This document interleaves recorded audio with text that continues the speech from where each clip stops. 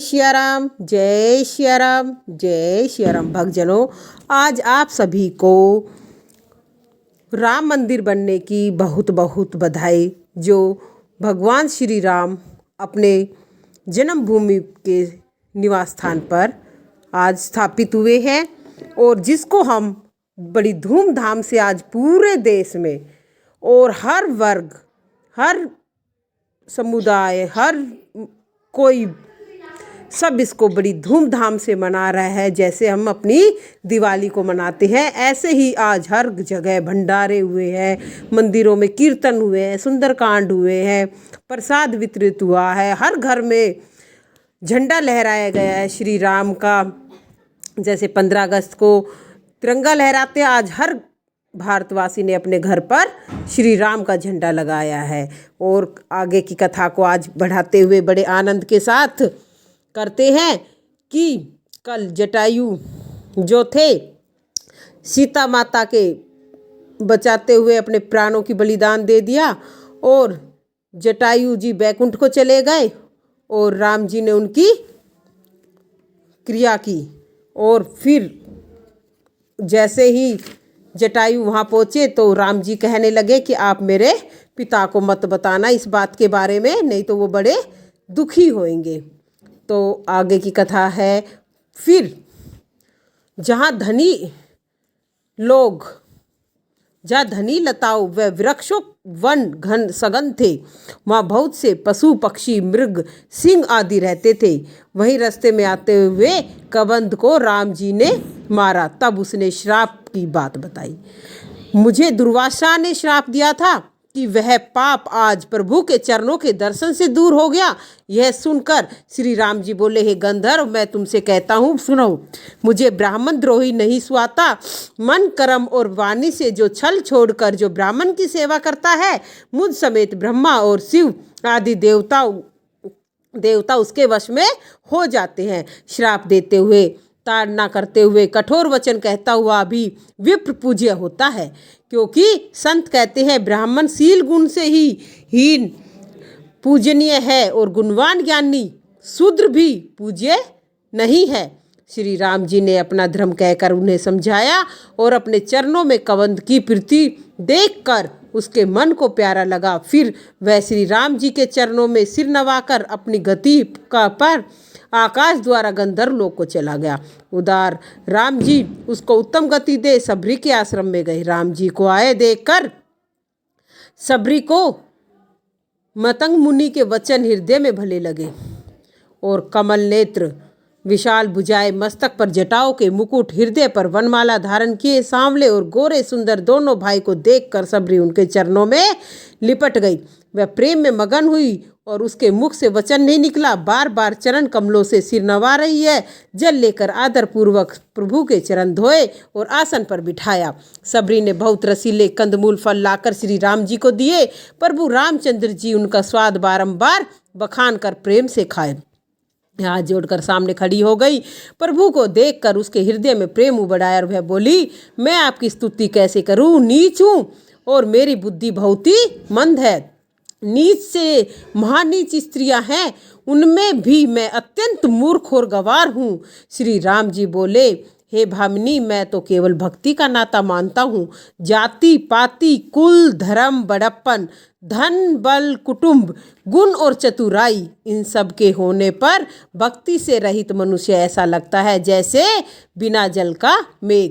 भक्तजनों, कहने का अभिप्राय ये है, प्रभु श्री राम सिर्फ अपने भक्त की भक्ति देखते हैं। ना वो जाति देखते हैं, ना पाति देखते हैं, ना पैसा देखते हैं, ना गरीबी देखते हैं, ना महल देखते हैं, ना झोपड़ी देखते हैं, ना सुंदरता देखते हैं, ना क्रूपता देखते हैं। वो देखते हैं भक्ति। और ये सब और आल जंजाल तो प्रभु नहीं देखते। ये प्रभु के बनाए हुए, मनुष्य के बनाए हुए अपने हैं कि ये अमीर है, ये गरीब है, ये सब हमारे अपने खुद के बनाए हुए हैं। इसमें प्रभु ने सबको धरती पर मनुष्य का ही जन्म देकर भेजा है। किसी को ये नहीं बनाया ये ब्राह्मण है, ये क्षत्रिय है, ये वैश्य है, ये शूद्र है। ये सब चीज़ें ये तो हमारी निर्माण की हुई है और जिससे मनुष्य इनमें फंसता चला जाता है और अनर्थ पे अनर्थ करता चला जाता है। अभी रुको और अब मैं तुमसे नवदा भक्ति कहता हूँ, सावधान होकर सुनो, मन में स्मरण रखो। पहली भक्ति सत्संग है और दूसरी भक्ति मेरे गुना अनुवाद सुनने में प्रीति है। अहंकार को छोड़कर गुरु के चरण बिंदों की सेवा करना तीसरी भक्ति है। चौथी भक्ति वह है कपट छोड़कर मेरे गुणों का गान करे और मुझ में दृढ़ विश्वास करके मंत्र का जाप करे। भजन पांचवी शक्ति है जो वेदों में प्रकाशित है। इंद्रियों को रोकना बहुत से कर्मों से विरक्त तथा सज्जनों के धर्म की में प्रीति छठी भक्ति है। सातवीं भक्ति है संसार का रस में देखे और संत को मुझसे अधिक समझे। आठवीं यह है कि जो मिल जाए उसी में संतोष करे, सपने में भी प्राय दोषों को न देखे। नवीं भक्ति है सीधे स्वभाव से निष्पक्ष बर्ताव और मन में मेरा भरोसा रखना और कभी किसी प्रकार का आनंद और दीनता न होना। इन 9 भक्तियों में से एक भी भक्ति हो तो स्त्री पुरुष चर और अचर कोई भी हो, हे भामिनी, वही मुझे प्यारा लगता है। तुम्हारी भक्ति तो सब प्रकार से दृढ़ है और जो गति योगी जनों को भी दुर्लभ है वह गति आज मैं तुमको सहज में ही मिल गई। मेरे दर्शनों का फल बहुत ही अनुपम है और उससे जीव अपने सहज स्वरूप को पा जाता है। हे भामिनी, अब तुम गजगामिनी और जानकी जी की खबर जानती हो तो बताओ। सबरी ने कहा, हे रघुनाथ जी, आप पंपा सरोवर को जाइए, वहाँ आपकी सुग्रीव से मित्रता होगी। हे देव, वह आपसे सब समाचार कहेगा। आप तो ज्ञानवान हैं और सब जानते हुए भी मुझसे पूछ रहे हैं। बार बार प्रभु रामचंद्र जी के चरणों में मस्तक नवाकर प्रेम पूर्वक उनसे सब कथा सुनाई और सब कथा कहकर भगवान के दर्शन कर उनके चरणों को अपने हृदय में धारण कर और योग अग्नि द्वारा देह छोड़कर हरि के चरणों में लीन हो गई। और जहाँ पहुँचकर जीव फिर जन्म नहीं लेता। हे मनुष्य, तुम अनेक प्रकार के पाप कर्म और दुखदायी बहुत से मतांतरों के सब झगड़ों को छोड़ दो। विश्वास करके श्री राम जी के चरणों में प्रीति करो। छोटी जाति की और पापों की जन्मभूमि ऐसी स्त्री को जिन्होंने मुक्त किया, ऐसे प्रभु को बुलाकर, अरे मूर्ख मन, तू क्या सुख जाना चाहता है? उस वन को छोड़कर श्री राम जी आगे चले और दोनों अतुल बल वाले मनुष्य के सिंह के समान है। प्रभु विरही की नाई दुख करते अनेक कथाओं के संवाद कहते हैं। और हे लक्ष्मण, वन की शोभा देखो, इसे देखते ही किसका मन क्षुब्ध नहीं होगा। यहाँ सब पशु पक्षी जोड़े सहित मानो मेरी निंदा कर रहे हैं। हमें देख हिरणों के झुंड भागते हैं। तब हिरनिया कहती है, तुमको इनसे कुछ भय नहीं है, तुम सच्चे मृग हो, आनंद करो। यह तो सुवर्ण के मृग ढूंढने आए हैं। हाथी हथनियों को साथ लगा लेते हैं, मानो मुझको शिक्षा दे रहे हैं। भली भांति चिंतन किए हुए शास्त्रों को भी बारंबार देखते रहना चाहिए। उत्तम रीति से सेवा किए हुए राजा को भी अपने वश में नहीं समझना चाहिए। और स्त्री को हृदय से ही क्यों न लगाए रहे तो भी स्त्री और राजा किसी के वश में नहीं होते हैं। भाई देखो, बसंत ऋतु कैसी सुहावनी है, परंतु प्रिया के बिना मुझे यह भी भय उपजाती है।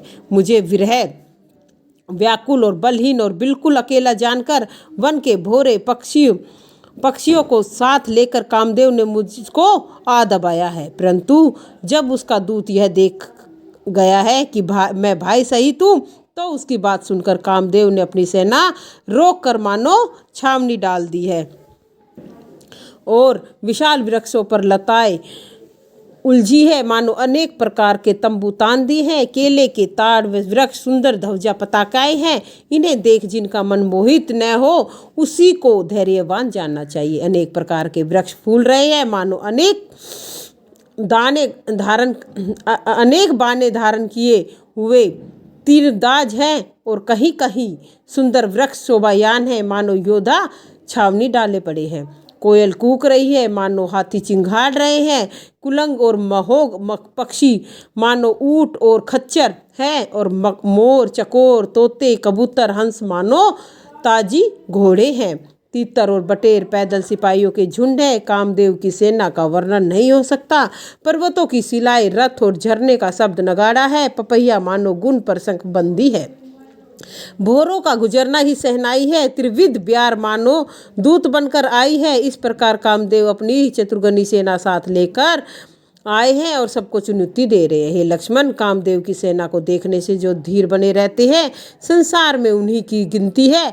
उनका बड़ा खेल केवल स्त्री है, इससे जो बचे वही वीर है। हे भाई, काम, क्रोध, लोभ ये तीन बड़े प्रबल दुष्ट है। ये बड़े से बड़े ज्ञानी मुनियों को के मन को भी पल भर में डिगा देते हैं। लोभ का बल और इच्छा और पाखंड है, काम का बल केवल स्त्री है, क्रोध का बल कठोर वचन है। और श्रेष्ठ मुनि विचार कर यही कहते हैं। और हे पार्वती, महादेव जी पार्वती जी से कहते हैं, पार्वती, गुणों से परे चराचर के स्वामी श्री रामचंद्र जी सर्वंत अंतर्यामी, उन्होंने कामी जन की दीनता दिखाई है, धैर्यवानों के मन में वैराग्य को दृढ़ किया है। क्रोध, काम, लोभ, अहंकार और माया ये सब रामचंद्र जी की कृपा से छूट जाते हैं। जिस पर वह नटराज प्रसन्न होते हैं, वह मनुष्य इंद्रजाल में नहीं फंसता। हे पार्वती, मैं अपना अनुभव कहता हूँ, भगवान का भजन सच्चा और सब संसार का सपना है। तदंतर श्री राम जी सुंदर गहरे पंपा सरोवर के किनारे पहुँचे और जल संतों के हृदय जैसा निर्मल है। मनोहर सुंदर 4 घाट बने हुए हैं, जहाँ तहाँ मृग जल पी रहे हैं और मानो दाता के घर मंगतों की भीड़ लगी है। घनी पुरानी और ओट में जल का पत्ता जल्दी नहीं लगता, जैसे माया से ढके रहने के कारण निर्गुण ब्रह्म नहीं दिखता। उसके बहुत सारे गहरे जल में सब मछलियां सदैव एक सी रहती हैं, जैसे धर्मशील मनुष्य के दिन सुखपूर्वक बीतते हैं। बहुरंगे कमल खिल रहे हैं, मीठे स्वर में बहुत से भोरे गुजार रहे हैं और जल मुर्गे और हंस ऐसे डोल रहे हैं मानो प्रभु को देखकर उनकी बड़ाई करते हैं। चकवा तथा बगुलों के समूह देखते ही बनते हैं, वर्णन नहीं किया जा सकता। सुंदर पक्षी ऐसे सुहावनी बोली बोल रहे हैं मानो राहगीरों को बुलाते हैं।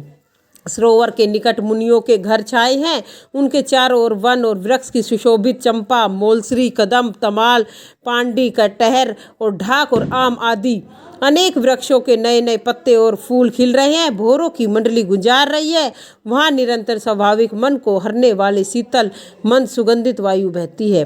कोयल कूकू ध्वनि कर रही है, उस रसीले शब्द को सुन मुनियों से ध्यान छूट जाते हैं।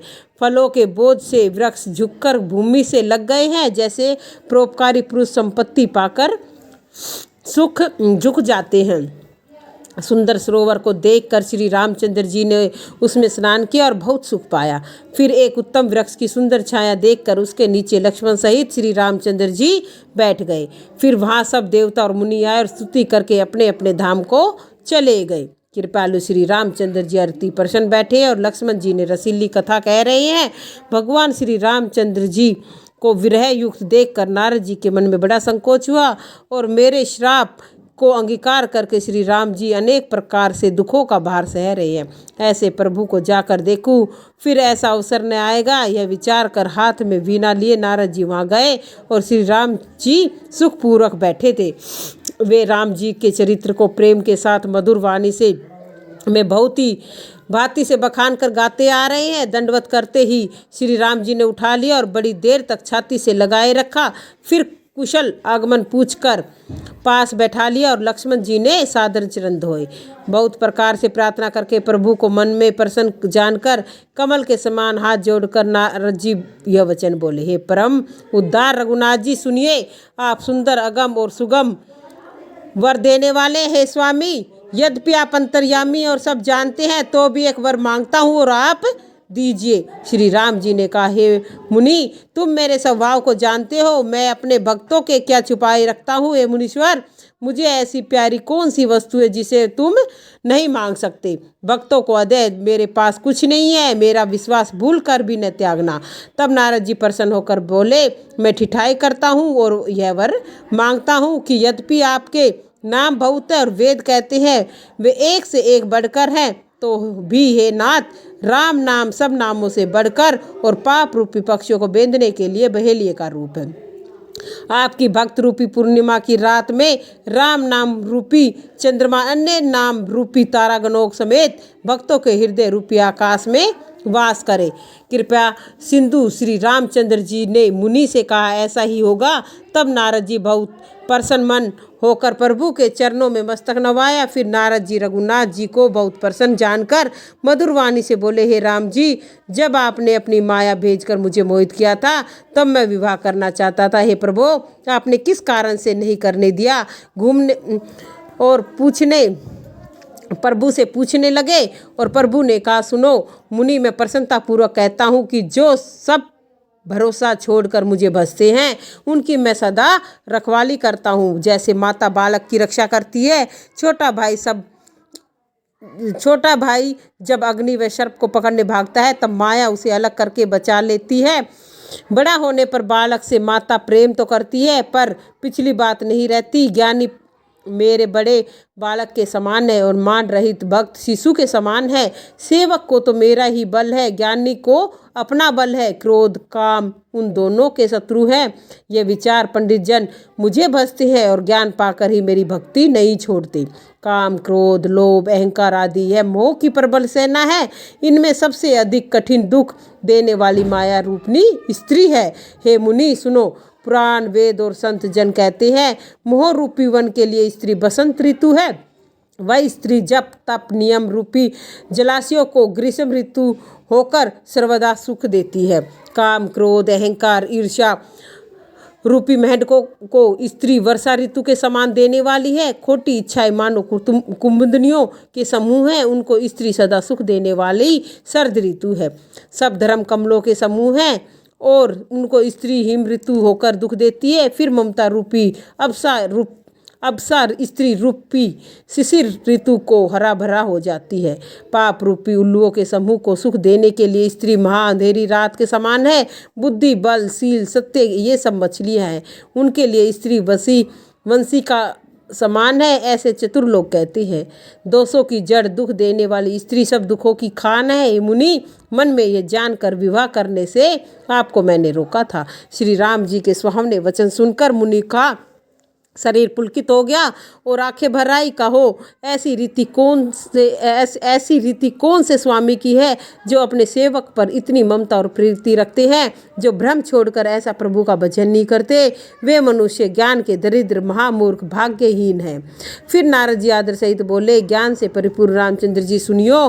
हे रघुवीर, हे संसार के दुखों का नाश करने वाले, हे नाथ, हे कृपा कर अब संतों के लक्षण कहिए। श्री राम ने कहा, हे मुनि सुनो, मैं संतों के लक्षण कहता हूँ जिनसे मैं उनके वश में रहता हूँ। संत जन 6 विकारों को जीते हुए पाप रहित कामना रहित स्थिर चित्त और अकिंचन पवित्र सुख के स्थान भारी ज्ञानवान इच्छा रहित अल्पाहारी सत्य प्रतिज्ञा कवि पंडित योगी सावधान सबको मान देने वाले अभिमान रहित धैर्यवान और धर्म चरणों में प्रवीण गुणों के स्थान संसार के दुखों से दूर और सब संदेशों रहित होते हैं। मेरे चरण कमलों को छोड़कर उन्हें न अपनी देह प्यारी और न घर।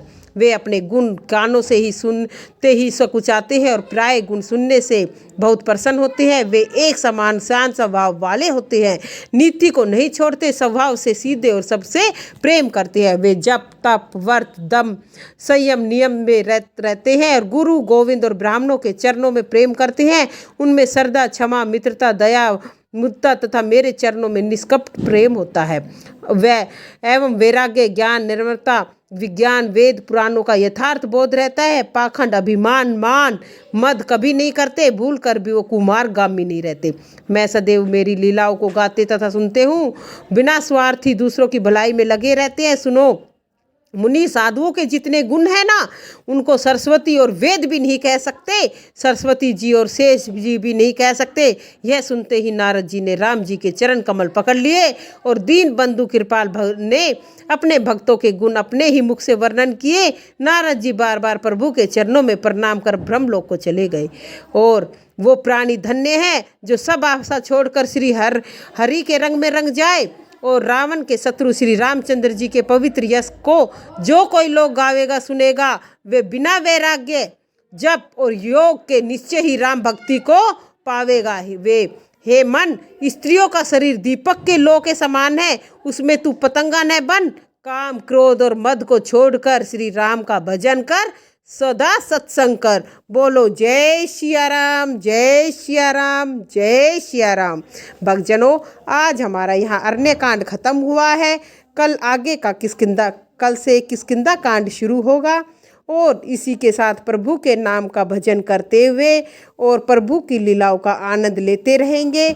और सबसे हाथ जोड़कर यही अनुरोध है सब भाई भक्तजनों से, कथा प्रेमियों से, कि आप रामचरितमानस का रोज एक पेज जरूर पढ़े, जिससे प्रभु के चरणों का हमें ध्यान रहे और हमारे ये जो अहंकार है ना हमारे अंदर कि मैं ख़त्म हो जाएगा जिस दिन भक्तजनों, उस दिन हमें सब कुछ मिल जाएगा। इसी के साथ जय सिया राम, जय सिया राम, जय सिया राम।